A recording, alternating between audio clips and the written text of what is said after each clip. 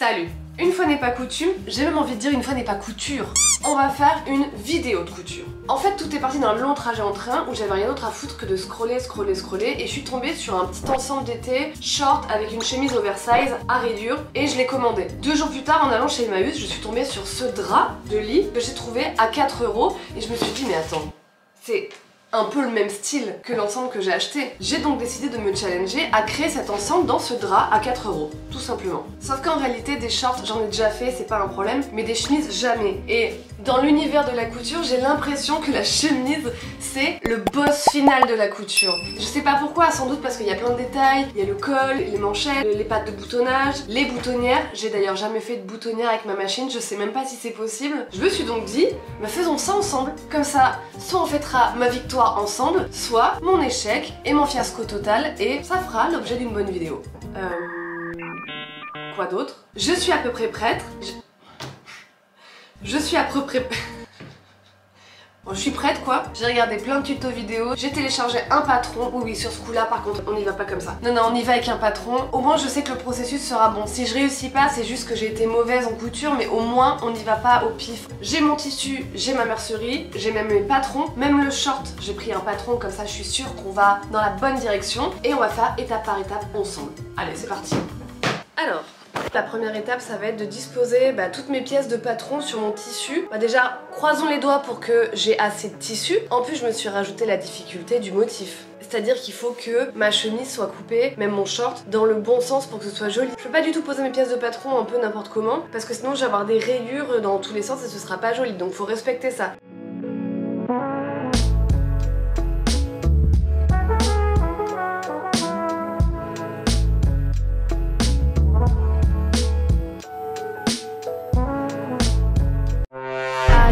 Aïe, première erreur monumentale. Ça vous allez voir, je vais le payer cher un peu plus tard.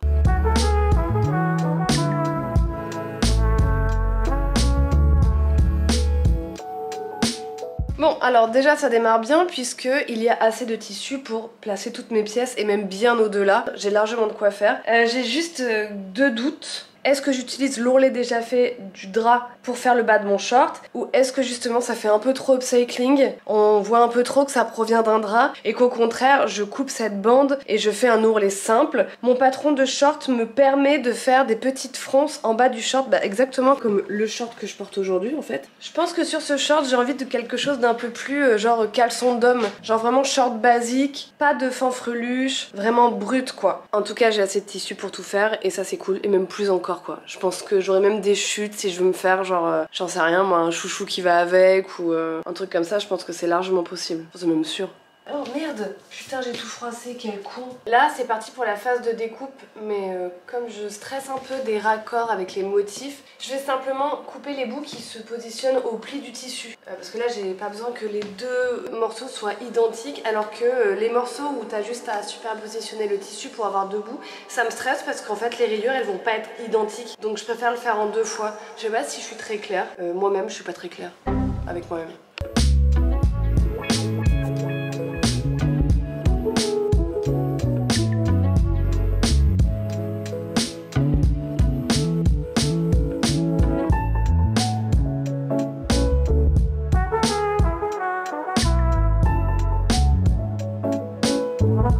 Je viens de finir de découper le tissu de la chemise seulement, le short je le ferai dans un second temps. Mon amour, viens mon kid, viens mon cœur, mon chéri. Je pense que je vais faire étape par étape, je vais faire d'abord la chemise, ensuite je ferai le short. La découpe du tissu m'a pris bien une après-midi entière. Après je vais pas vous mentir, j'ai fait une petite sieste. Maintenant je vais faire la même chose sur les parties qui ont besoin de thermocollants.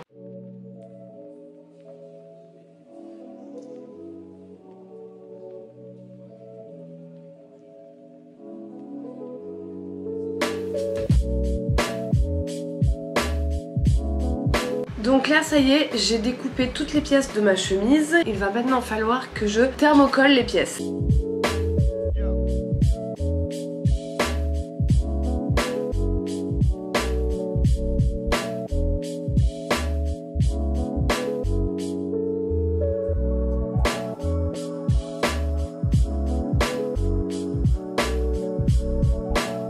Ça va être le moment d'assembler, donc de sortir la machine. Croyez-moi, la découpe et mettre le thermocollant, mais en fait ça m'a pris la journée et il est bientôt 18 h. Alors c'est vrai, je me suis accordé une petite sieste, c'est vrai. Il y a aussi le fait que je suis très soigneuse et que je vais très lentement et que j'ai découpé délicatement parce que je veux mettre toutes les chances de mon côté pour que ce soit réussi. Donc que toutes mes pièces soient très bien découpées pour être sûre de bien s'assembler ensemble. Donc j'avoue, j'ai traîné, j'ai été vraiment très méticuleuse sur ces étapes-là. Voilà, donc là je sors la machine.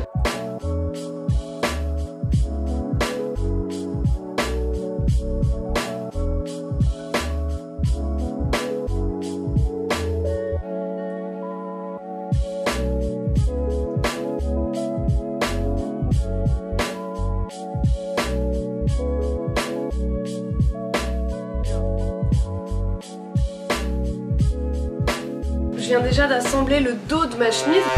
Non ma puce, t'as rien fait comme il faut, mais c'est fou de pas suivre le tuto mot pour mot, je comprends pas. Ça fait propre, mais pour ce qui est des raccords de motifs, ça part très mal, regardez. Bon, après... Moi, mon autre question, c'est que j'ai pas de surjetteuse, donc du coup, les coutures à l'intérieur, elles vont être à vif comme ça, là. Parce qu'à aucun moment, on m'a dit de me faire des points zigzag ou quoi que ce soit. C'est mal parti. Je commence par surpiquer les pattes de boutonnage. Je sais pas où je vais, hein. Je sais pas vraiment ce que je fais.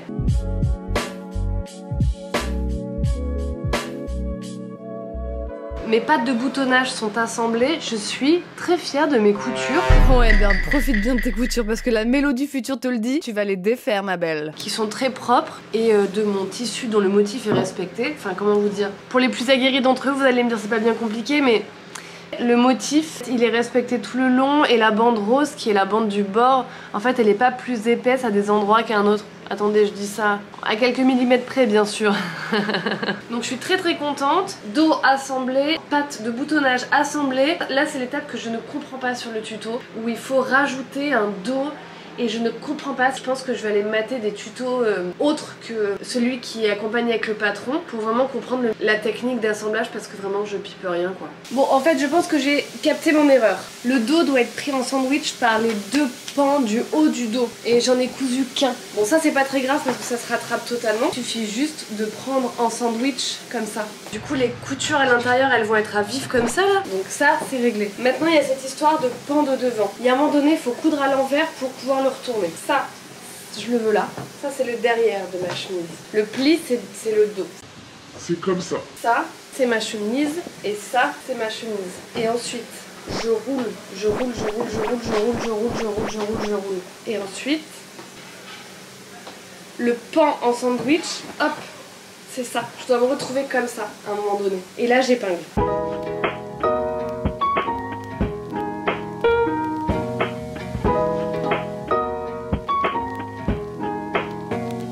Donc avant de coudre, définitivement j'ai tout épinglé et j'ai épinglé assez solidement. Je vais le retourner pour voir si on est ok ou pas. Tout ressort par la tête. Est-ce que ça fonctionne? Oui, voilà, c'est ça qu'on veut. Super. Est-ce que nous sommes un autre jour? Oui. Est-ce que je me suis habillée, maquillée, coiffée exactement pareil pour m'épargner des raccords au montage? Oui. Non mais attendez, c'est quand même fascinant de le dire avec autant d'assurance alors que pas du tout. Je vous propose donc de faire une petite pause dans la vidéo pour jouer au jeu des 7 erreurs. Alors voilà, quelles sont-elles? Tic tac, tic tac, voilà. On reprend donc où on s'en est arrêté il y a 2 jours, c'est-à-dire à ce stade-là, le stade où j'ai une petite cape pour aller travailler à la maternité. Il me semble que l'étape suivante, c'est de travailler le col. C'est parti. C'est l'étape qu'on appelle monter le col avec le pied de colle. Épingler le col endroit contre endroit. Bon, ça c'est facile. Surtout que maintenant qu'on a thermocollé, il n'y a plus de doute de quel est l'endroit, quel est l'envers. Coudre à 1 cm et laisser le haut ouvert. Donc c'est-à-dire que je ne fais une couture que ici, ici et ici.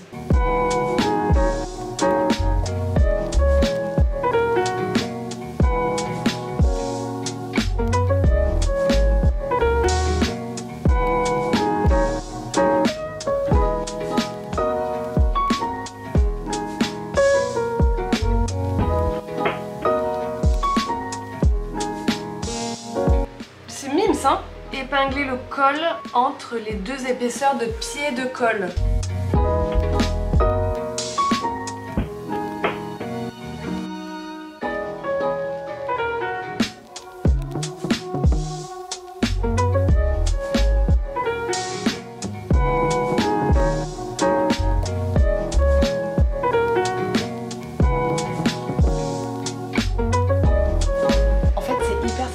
à faire parce que je trouve que quand tu passes de bout de tissu découpé à ça, bah c'est hyper motivant en fait. C'est adorable. J'ai évidemment retourné mon col sur le côté où le raccord était un peu plus propre. L'autre côté c'est un peu plus décalé. Mais du coup, pardon, mais on dirait vraiment une chemise du commerce quoi. Je trouve ça, voilà.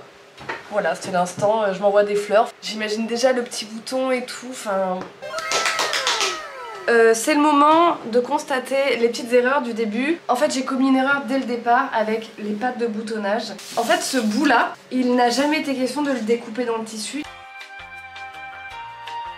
Il me fallait juste ça en thermocollant que je venais coller sur mes pans de chemise. Et après, il y avait tout un revers à faire. Dès le début, je me suis emmêlé les pinceaux parce que j'ai coupé ça dans le tissu. Donc j'avais ça dans le tissu et en thermocollant. Donc en fait, je me disais, mais ça semble forcément en fait. En fait, non. Du coup, j'ai manigancé un truc en pensant bien faire. Et au final, ça pose problème parce que là, ça va être le moment où mon bord de chemise, il doit concorder parfaitement avec mon pied de colle. Or, ce n'est pas le cas, comme vous pouvez le constater. Il est beaucoup plus long. Donc du coup, il faut que je trouve une astuce, il faut que je rabatte un peu ma chemise pour que ça rentre parfaitement ici. Sur ce côté, je vais rabattre, je vais faire 2 tours, comme ça. J'espère que ça va pas être trop épais. Putain, c'est maintenant que je gâche tout. Hein. Et de ce côté-là, eh bien, j'ai dû défaire ma couture. Je suis très fière de mes coutures. Et maintenant, je vais venir rabattre mon pan pour que ça tombe parfaitement. Oh, ça va être beau.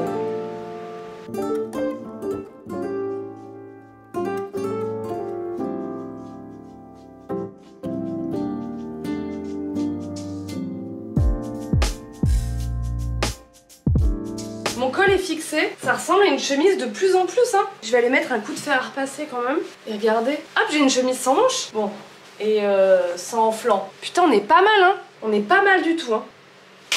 Qu'est-ce qu'il nous reste à faire? Monter la patte de boutonnage de manche, assembler la manche, faire les ourlets. Putain il reste encore plein de trucs. Je suis bonne pour un 3e jour hein. À reporter la même fringue. On passe à la manche, enfin aux manches.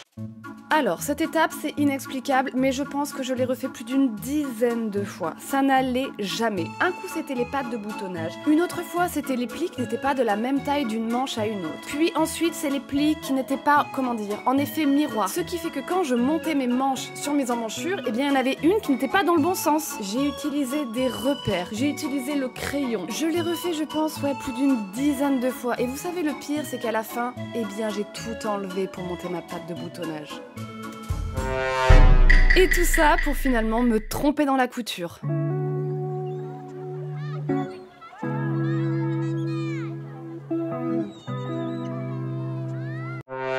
Et oui, regardez-moi bien coudre là où il faut pas.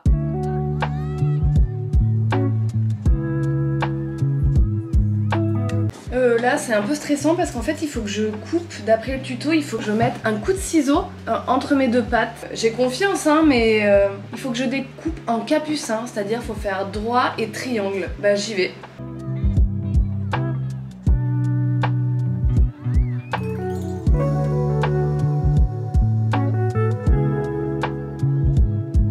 Encore une petite boulette. Tiens donc. Il fallait pas coudre tout autour des pattes de boutonnage, mais juste le long et le long. C'est pas grave, je vais découdre. Pas de panique.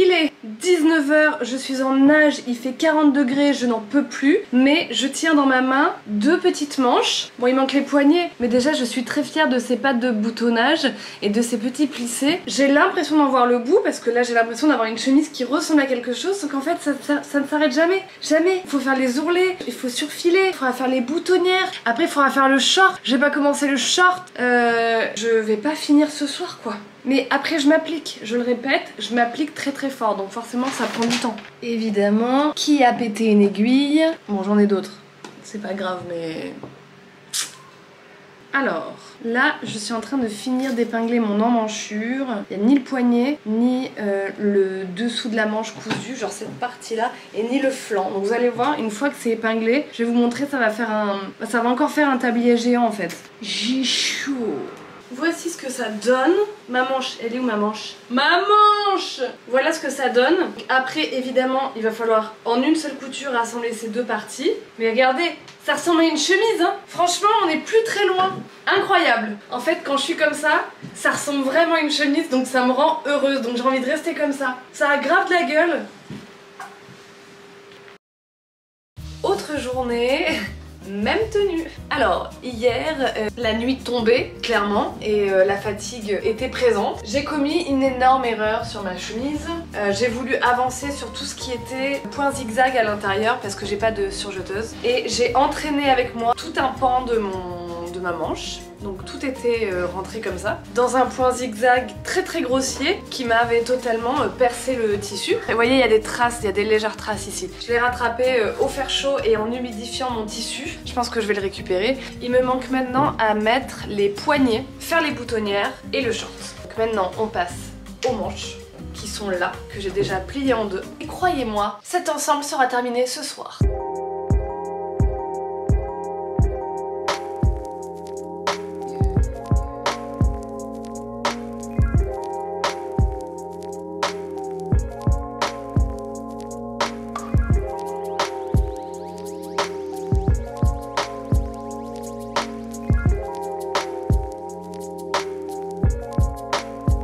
On va terminer par les boutonnières sur la patte de boutonnage ainsi que sur les manches. Il me restera plus que le short.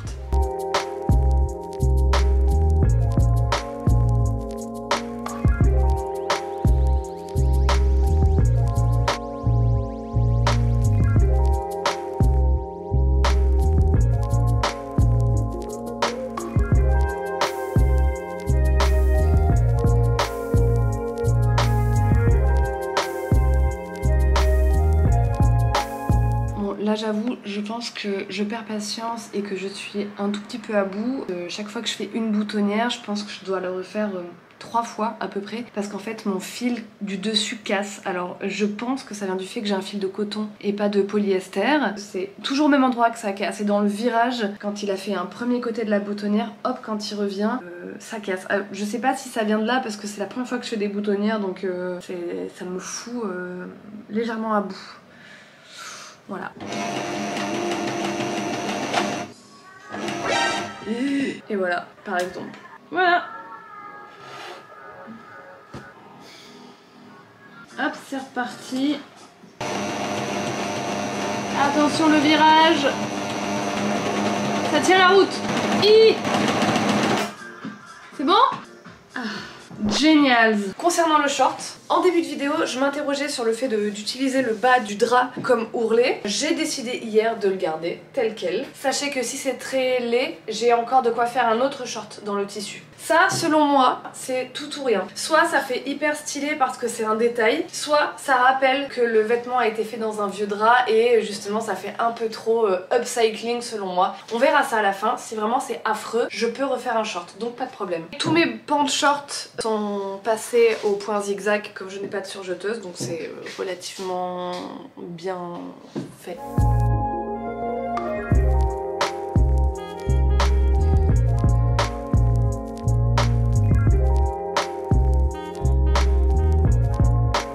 Je viens de finir le short. Alors il est super mais il est un peu trop... comment dire? C'est un peu trop un short de pyjama. C'était un patron de short de pyjama mais du coup c'est un peu trop taille basse, taille standard pour moi. Ça fait trop short de pyjama. Je vais le laisser tel quel pour l'instant mais je pense que je vais probablement rajouter une petite ceinture en plus pour qu'il fasse mieux fini et plus taille haute. Mais il est adorable. Et je sais pas ce que vous en pensez du liseré mais je trouve ça chouette. Ça aurait même été cool de le retrouver sur la chemise mais bon ça c'est un autre level. Adorable.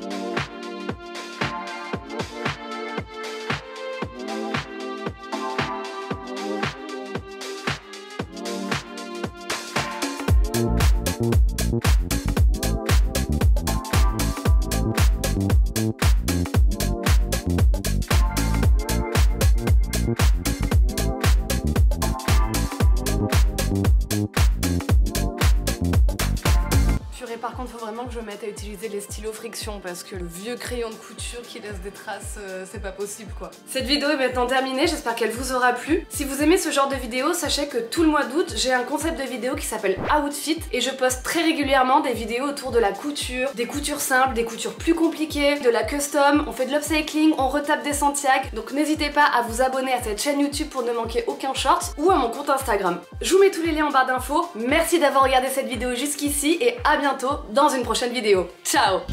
Vignette.